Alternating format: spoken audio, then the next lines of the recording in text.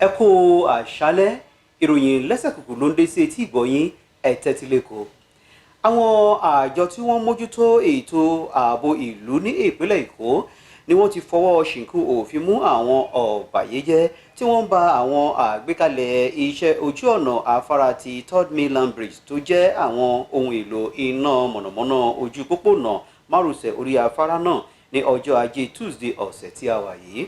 Àfúrásì ọ̀daràn tí ọwọ́ bá ọ̀hún bí wọ́n pe orúkọ rẹ̀ ní Friday Nwafọ ẹni ọdún 46 tó jẹ́ ọ̀kan nínú olùgbé ìpínlẹ̀ Èkó, èyí tí àwọn ẹ̀ṣọ́ aláàbò ìlú ti gbé arákùnrin ọ̀bàyéjẹ́ ọ̀hún lọ sí àgọ́ àwọn ọlọ́pàá, èyí tí kọmíṣánná ọlọ́pàá ìpínlẹ̀ Èkó ọ̀gbẹ́ni Adégòkè Fáyọ̀adé ń ṣe àkóso ìjìyà tó tọ́ fún arákùnrin ọ̀bàyéjẹ́ ọ̀hún.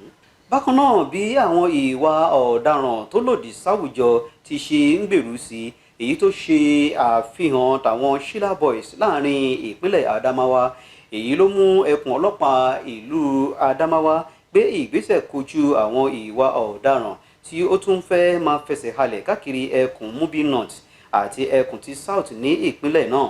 Bẹ́ẹ̀ ni ìgbésẹ̀ náà ló ti so èso rere pẹ̀lú bí ọwọ́ àwọn ọlọ́pàá ẹkùn ìlú Adamawa ṣe bá àwọn ọ̀daràn afurasí 3 tó lọ́wọ́ nínú jíjẹ́ akópa tàwọn Sheila Boys. Ọ̀kan nínú orúkọ 3 ọ̀daràn afurasí náà ni a ti rí Muktari Aminu ọmọ ọdún 21 láti ẹkùn Mubi South, èkejì ni Ibrahim Abubakar ẹni ọdún 25 láti ẹkùn Mubi North, ẹ̀kẹta ni Sulaiman Iliya ẹni ọdún 23 láti ẹkùn Mubi South. Àwọn ọ̀daràn 3 náà ni wọ́n kọlu ilé ìwé ìlera girama tó wà ní Mubi North. Bẹ́ẹ̀ ni àwọn ẹkùn ọlọ́pàá ìpínlẹ̀ Adamawa sọ wípé àwọn kò ní dáwọ́ dúró kíkojú àwọn ìwà ọ̀daràn ní ìlú Adamawa.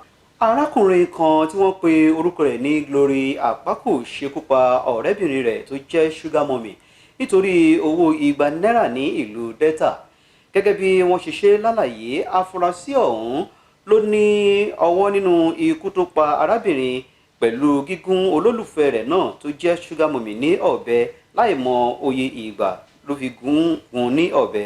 Ṣùgbọ́n látàrí fọ́nrán fídíò tí alukoro ọlọ́pàá ìpínlẹ̀ Delta Bright Edafe ṣe ìwádìí lé lórí ní ọjọ́ Ajé Monday ọ̀sẹ̀ tí a wà yìí fi hàn wípé arábìnrin ọ̀hún jẹ́ olólùfẹ́ bíi Sugar Mummy sí ọ̀gbẹ́ni Glory Àpákò kí ó tó filẹ̀ ṣaṣọbora.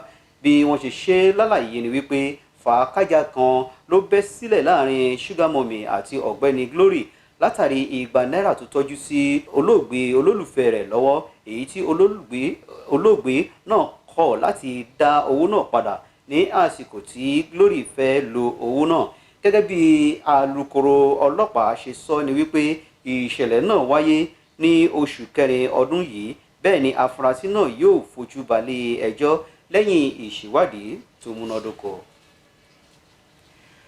Adájọ́ Akíntayọ̀ Àlùkò ní ẹ̀ka ilé ẹjọ́ tìjọba àpapọ̀ tó wà ní ìlú Èkó ní ọjọ́ Ajé Monday ọ̀sẹ̀ tí a wà yìí sún ìgbẹ́jọ́ ọba Monsuru Abímbọ́lá Ọládẹ́gà àti àwọn 6 yòókù tí wọ́n lọ́wọ́ lílu jìbìtì owó tó tó ní $29.3 million sún ẹjọ́ náà sí ọjọ́ 16 ọdún tí a wà yìí.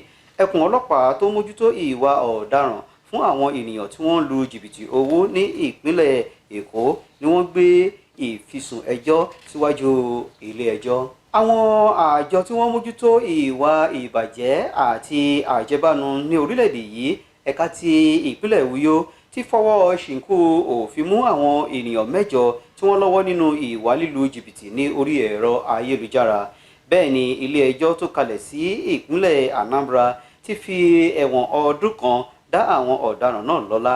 Bẹ́ẹ̀ ni àpapọ̀ àwọn oníjìbìtì tí wọ́n fi ẹ̀wọ̀n dá lọ́lá náà ni wọ́n pe ènìyàn 41.